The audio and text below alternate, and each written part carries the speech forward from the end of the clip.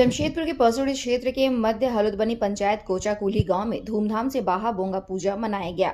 Nike बाबा सह Nike बाबा ने जाहिर थान में पारंपरिक रीति रिवाज से पूजा अर्चना की। नायके बाबा ने गांव के समस्त लोगों को कुशल मंगल के जीवन की कामना की, साथ ही अच्छी बारिश व फसल के लिए भी विशेष रूप से प्रार्थना की।